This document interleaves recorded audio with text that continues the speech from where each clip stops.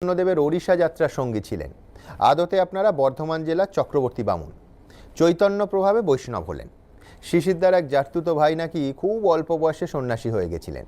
আর আমার সামনে এই মুহূর্তে যিনি বসে আছেন, তাকে নিয়ে বাড়ির লোকের সব থেকে বড় ভয় ছিল যে তিনিও জ্যাঠার মতো সন্ন্যাসী হয়ে যাবেন।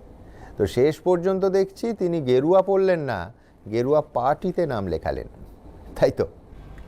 না দেখুন, ওগুলো তো একটা সাত্ত্বিকতা, একটা নিজস্ব আস্থার জায়গা। হ্যাঁ, সেটার সঙ্গে রাজনীতির মিশিয়ে ফেলা ঠিক হবে না। কিন্তু কখনো ভেবেছিলেন আপনি জীবনে যে সন্ন্যাসী হয়ে যাবেন? মানে কোনো আধ্যাত্মিকতার বোধ ভাবনা ছিল কখনো? আমার পুরো পরিবারটাই সাত্ত্বিক এবং আধ্যাত্মিকতার সঙ্গে আমরা একেবারে সম্পৃক্ত।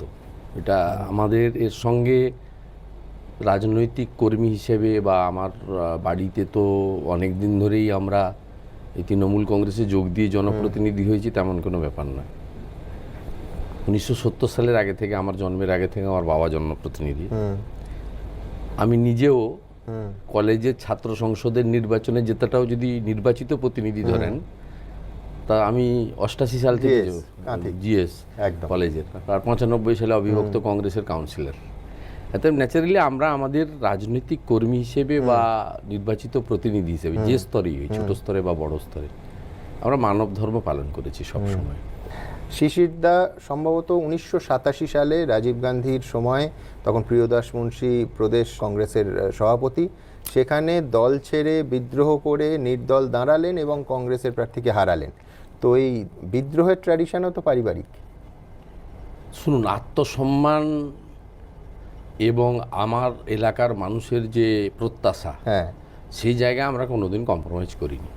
আমি সম্প্রতি একটা সভাতে বলেছি, দেখুন, যে মানুষের সঙ্গে বিশ্বাসঘাতকতা করি না। মানুষের সঙ্গে রাজনৈতিক দল পরিবর্তনের সুযোগ তো আছেই। 2009 যখন কংগ্রেস তৃণমূলের জোটে আমি প্রার্থী ছিলাম, তখন প্রণববাবু এসেছিলেন প্রচারে মহিষাদলে। তিনি প্রকাশ্যে বলে গেছিলেন, সতীশদা সুশীলদার আসনে শুভেন্দুকে আমরা প্রার্থী করেছি, তোমরা শুভেন্দুকে জেতাও। শুভেন্দু মানুষের সঙ্গে বিশ্বাসঘাতকতা করবে না। আমি মানুষের সঙ্গে বিশ্বাসঘাতকতা করিনি। এটা আমার পুরো পরিবার এবং এটা মেদিনীপুরের একটা ঐতিহ্য।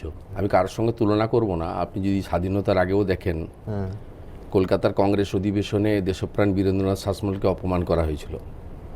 তিনি দুটো পায়ের খালি জুতো ফেলে দিয়ে অধিবেশন স্থল থেকে খালি পায়ে বেরিয়ে গিয়ে অবিভক্ত পরগনা, মানে 2 পরগনা মিলে, আর অবিভক্ত মেদিনীপুর এখন 3টে জেলা, এখানে ট্যাক্স বন্ধের আন্দোলন করেছিলেন।